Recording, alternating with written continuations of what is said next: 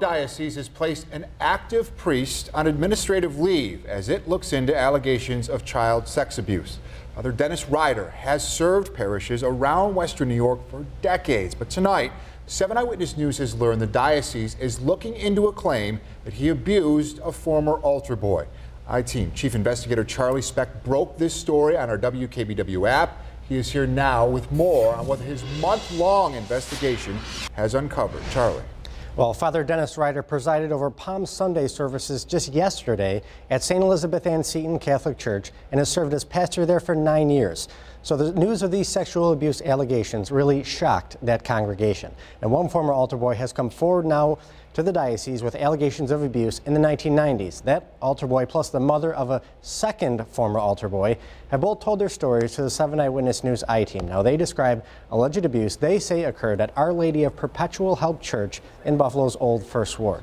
One of the former altar boys, named Matt, tells us in detail how he says Riter violated his body and his trust when he was just a 10-year-old altar boy. And Sharon Caetano, the mother of another altar boy, says Riter tried to sexually abuse her son as well. It was all touching and whatnot, and me touching him and touching me, and in some cases didn't have any clothes on. He says, I'm never going back there. And I says, Nick, you have to tell me what's going on. He says, Ma, he went underneath my robe and tried to play with me on the altar during Mass. Now, just 2 weeks ago, as the sexual abuse scandal was breaking in the diocese, Riter wrote a blog post on the parish website saying, I feel shame that fellow priests abused their position of trust and caused untold suffering to the victims.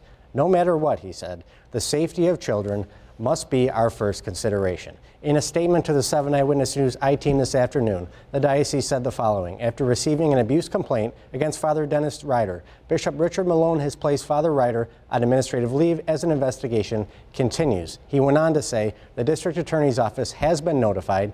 Please note that this administrative leave is for the purpose of investigation and does not imply any determination as to the truth or falsity of the complaint. Okay, so the DA is investigating. Does that mean that charges could be filed? Charges could be filed, if not in this case, possibly another one, because remember, the statute of limitations is 5 years. So if any other altar boys were to come forward within the last 5 years, that would be prosecutable. As for Matt's case, the DA says he's going to take a look at it. All right.